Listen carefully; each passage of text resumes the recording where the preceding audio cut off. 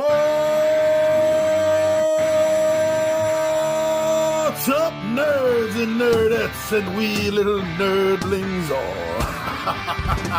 It's your buddy Big Johnny G for Two Gun Pixie presents Legendary Gaming. Midday Monologue Monday is upon us, my friends. Welcome back. Thank you so much for joining me. As you heard, I'm your buddy Big Johnny G, the Two Gun Pixie. And I want to tell you that we do a video every day of the week. Every single day of the week, 365 days a year. One extra on leap year day. That's how hard we love this for fun channel. So please show us a little love and support. Hit that subscribe and make sure that you hit that notify bell too. Otherwise you're going to miss all these damn videos we drop every day. So thank you very much. Now today I want to talk about Marvel Champions. Woo! Love that game. The 20-sided Warriors love that game. And we've been playing a lot more of it recently now since they've gotten back together. Now, what I want to do today is talk about the scenario packs. Scenario packs are very important in this game.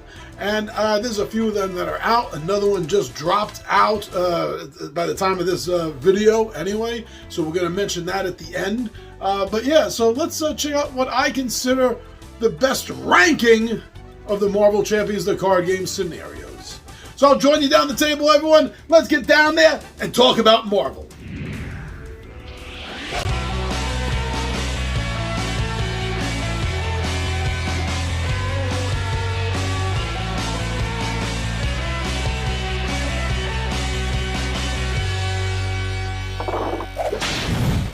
Like any good story, the villains are what drive the Marvel Champions, the card game. And this is why they're so important. The scenario packs add to your experience, the experience of the Marvel Universe. So let's take a look at the packs that are out and try to figure out, at least from my point of view and my perspective, how these should be ranked. So of course we're gonna start with number 4, and that's the Wrecking Crew. Now, when it comes to the Wrecking Crew, I at first really loved the whole idea and the concept that you're taking on the entire crew. You're taking on a team, a well-established team, set in stone, so to speak, with one or two exceptions over the years, but facing 4 villains all at once. Wow, this is their MO. I thought it would be perfect, and the game is fun overall. And the whole fighting of the 4 villains at once does carry something, a little bit of a weight to it that none of the other villain encounters in this game so far really come through with. So I think that even though it's at the bottom of the barrel for me right now, the fact that it is putting you against 4 villains at once is pretty huge. Now, these guys get a little tricky. Their side schemes, you can never really get rid of them. They reset. So the side schemes are always there as a countdown to when you're going to get a smackdown in one way or the other.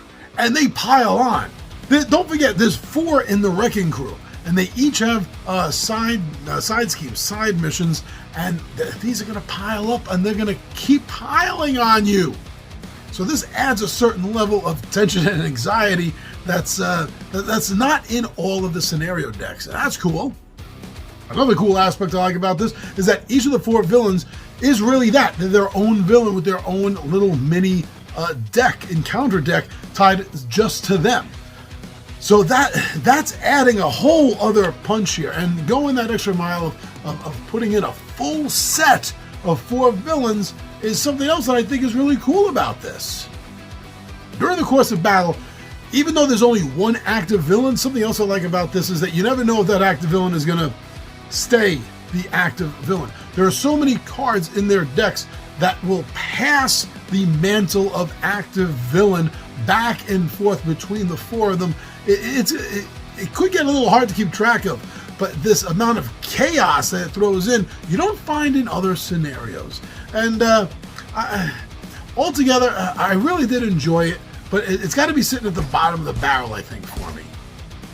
Up next, in the number 3 slot, I have the Hood Scenario Pack. Now, there is something right offhand that I really thought was interesting about this, and very thematically fitting for it, is that the Hood himself doesn't have a lot of scenario cards in the Hood scenario deck. See, that's not his shtick. His shtick comes from the fact that there are tons of encounter decks. I think there's like 9 encounter decks in total, and you're playing with like 7 at a time every single time you play this run.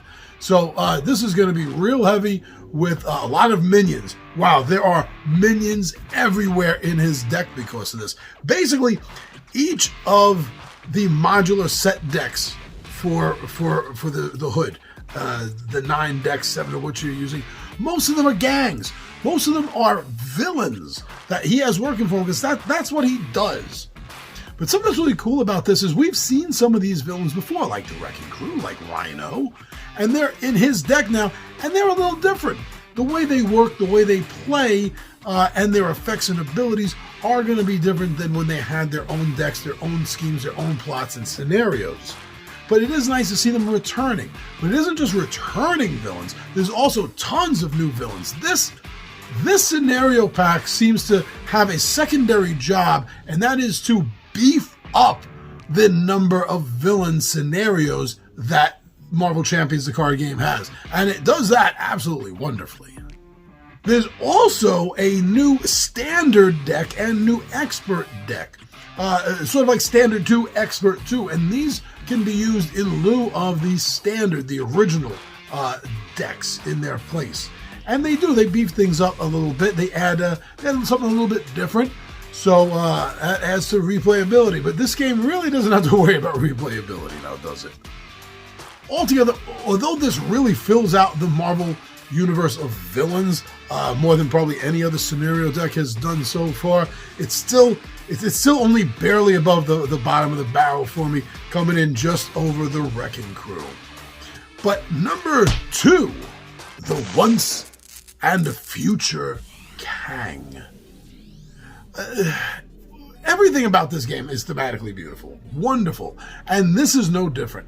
The way there are multiple Kangs that you are going to have to face throughout this game, and you're also going to have to face all 3 level aspects of him. If you want to play this game in expert mode, it has an expert mode deck to it. It's not that you're playing Kang 2 and 3 as opposed to Kang 1 and 2, like you would normally do for an expert mode. No, this you have to face all 3 Kangs. But it's not just all 3 Kang the Conquerors you have to face. This game has a plethora of Kangs that are going to befuddle you. Especially when he throws you through time, and each of the heroes has to independently, without the help of anyone else in their own battleground, will have to face a version of Kang. Such as Iron Lad, Rama Tut, Immortus, Scarlet Centurion. And you're going to have to battle through all of these guys independently of the other players. Wow! This game also plays a little bit differently, this scenario, is that you're not going to be adding in your hero obligation cards to the deck, because Kang has his own obligations for you. Yeah, and you're going to have to deal with those. And there are a few of the Kang obligations. So this is going to befuddle you and the players even more. And this is why it's climbed almost to the top of my ranking list at number 2. Yeah, that's right. The first scenario pack that this game came out with is still my number 1 favorite, and that is the Green Goblin. Now, one of the things that's really fun about this is that it comes with 2 different scenarios. You're starting off with 2 options, 2 graphic novels, let's call them, that you can open up and read. And they are so different from each other. One of them, he's like never the Green Goblin. It's always Osborn, because he's trying to take over Stark Industries financially, from a business point of view, not going in and attacking with the barbarians, so to speak, at the gate, but the financial barbarians, taking it over as a business, and you need to stop him and his henchmen. So that's different. You're not directly attacking and pummeling this guy.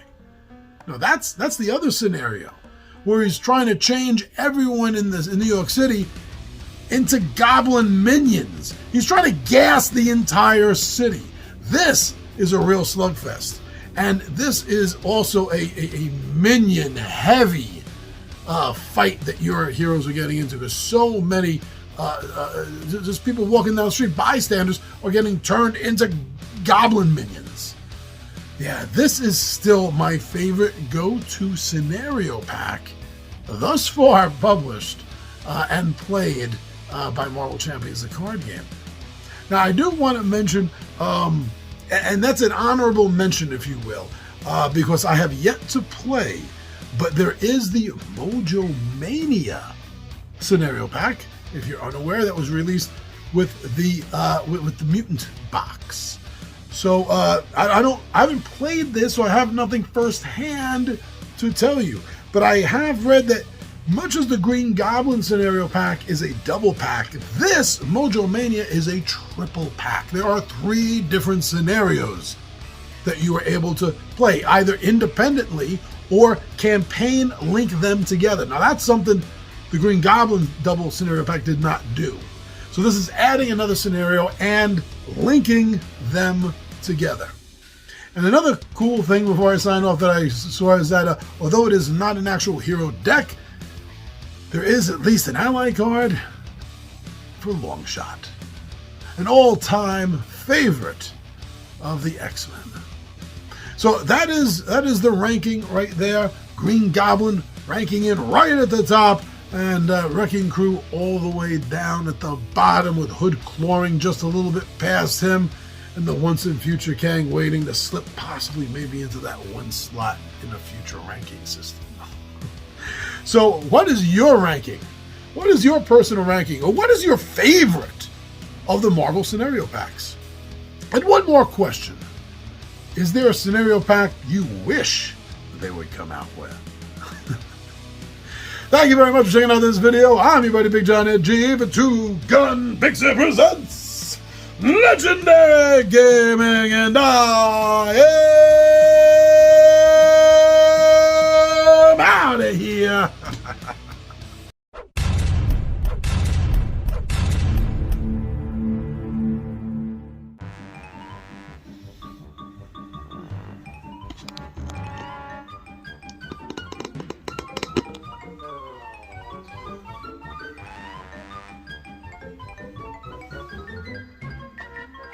Midday Monologue Monday! Thank you so much for joining me here today. Well, you know, we do a video every day of the week.